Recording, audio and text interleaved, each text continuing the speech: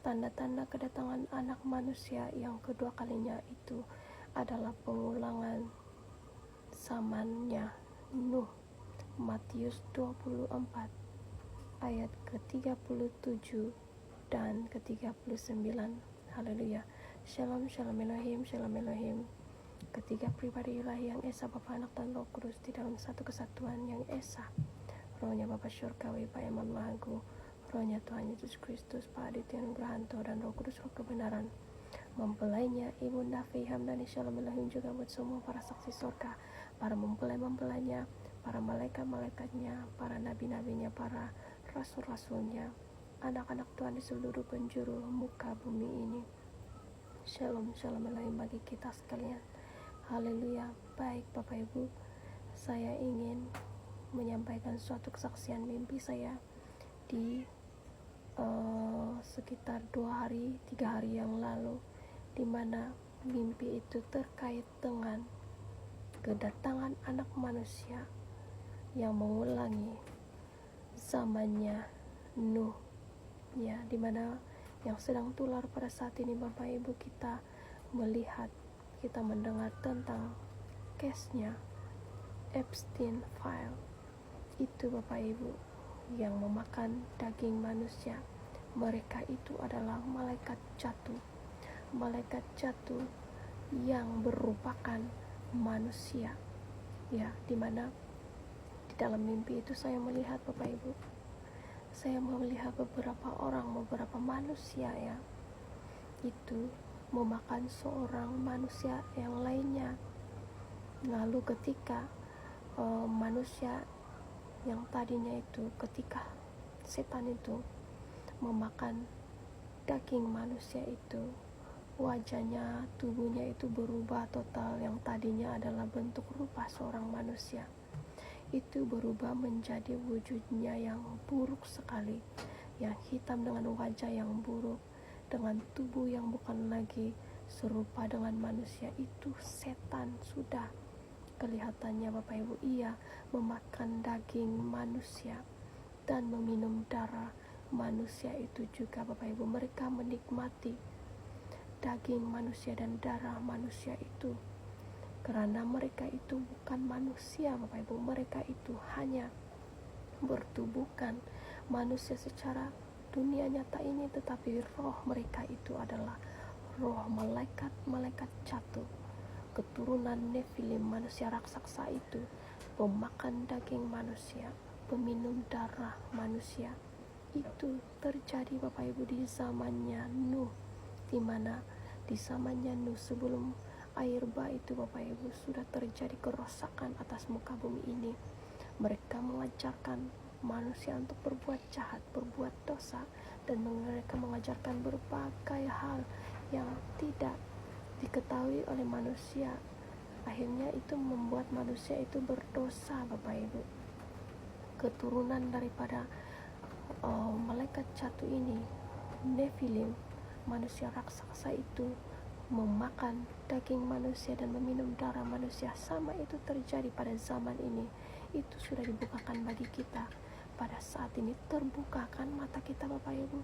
Kebenaran itu sudah dinyatakan bagi kita untuk menunjukkan kepada kita bahwa sesungguhnya kedatangan anak manusia itu sudah terjadi pada saat ini. Itu tanda-tanda yang dibukakannya di dalam kitab, di dalam Alkitab, supaya kita mengerti akan zaman ini, supaya kita mengetahui akan zaman ini, apa yang sedang terjadi pada zaman ini, agar kita tidak dibodoh-bodohi lagi Bapak Ibu. Bukalah mata kita untuk melihat kebenaran ini. Dunia sudah membukakan kebenaran itu. Bapak Ibu, apakah kita masih mau menutup mata kita, masih menutup telinga kita untuk mendengarkan suara daripada kebenaran itu yang sedang dinyatakan? Manakala Roh Alfa dan Omega Tuhan Yesus Kristus itu di dalam inkarnasinya Pak Aditya Nugrahanto, mempelainya Ibunda Fei Hamdani, pribadi Roh Kudus Roh kebenaran itu, dan Bapa Syurgawi, pribadi Bapa Sang Pemegang waktu itu, Pak Eman Lagu, itu sudah menyatakan kebenaran ini. Sebelumnya itu dibukakan bagi kita. Itu sedang dinyatakan pada saat ini. di atas muka bumi Bapak Ibu. Tidak ada sesuatu yang baru pun di atas muka bumi ini. Itu hanyalah pengulangan zamannya Nuh Bapak Ibu. Mereka dari keturunan Nephilim, keturunannya manusia raksasa, hasil daripada perkawinan campur antara anak manusia dan malaikat jatuh itu menghasilkan keturunan Nephilim, manusia raksasa. Dan sekarang ini juga terjadi Bapak Ibu. Jeffrey Epstein file itu membukakan kepada kita bahwa ia dalam sosok manusianya, tetapi roh yang di dalamnya itu bukan manusia Bapak Ibu. Ia adalah malaikat jatuh, melakukan perkawinan campur, melakukan perhubungan bebas dengan anak-anak manusia, menghasilkan bayi-bayi aborsi itu Bapak Ibu. Bayi-bayi yang diaborsi itu adalah keturunannya malaikat jatuh, Nephilim, manusia raksasa. Dan aborsi, DNA aborsi darah itu yang disuntikkan kepada seluruh umat manusia. 95% manusia itu telah menerima suntikan najis itu Bapak Ibu, darah aborsi daripada keturunannya malaikat jatuh. Aborsi daripada anak-anak itu adalah keturunannya malaikat jatuh, Nephilim. Itu kandungan itu, DNA aborsi itulah yang disuntikan kepada manusia, yang membuat, yang mengubahkan, yang menjadi kutuk bagi manusia itu, mengutuki manusia itu, karena ia disuntikan di dalam darah kita, mengubahkan DNA manusia itu menjadi bukan lagi DNA yang semula, DNA yang asal itu, yaitu DNA ilahi, melainkan DNA daripada binatang itu. Tanda 666, mark of the beast, 666 itu yang sedang berjalan pada saat ini Bapak Ibu. Apakah kita sudah melihatnya, ataukah kita masih menutup mata kita untuk mendengarkan, untuk mengetahui suara kebenaran yang sudah dibukakan bagi kita pada saat ini? Kenapa kebenaran ini dinyatakan untuk kita? Karena 90% umat manusia ini sudah menerima tanda binatang itu Bapak Ibu. Semuanya digiring masuk di dalam jurang kebinasaan itu. Dan roh Alfa dan Omega Tuhan Yesus Kristus itu sendiri datang sendiri di atas muka bumi ini, di dalam inkarnasinya manusia Bapak Ibu, supaya ia dapat berbicara muka dengan manusia, menyampaikan suara kebenaran, agar kita dapat diselamatkan sekalipun sudah menerima cairan suntikan najis itu yang telah mengubahkan DNA ilahi manusia yang semula.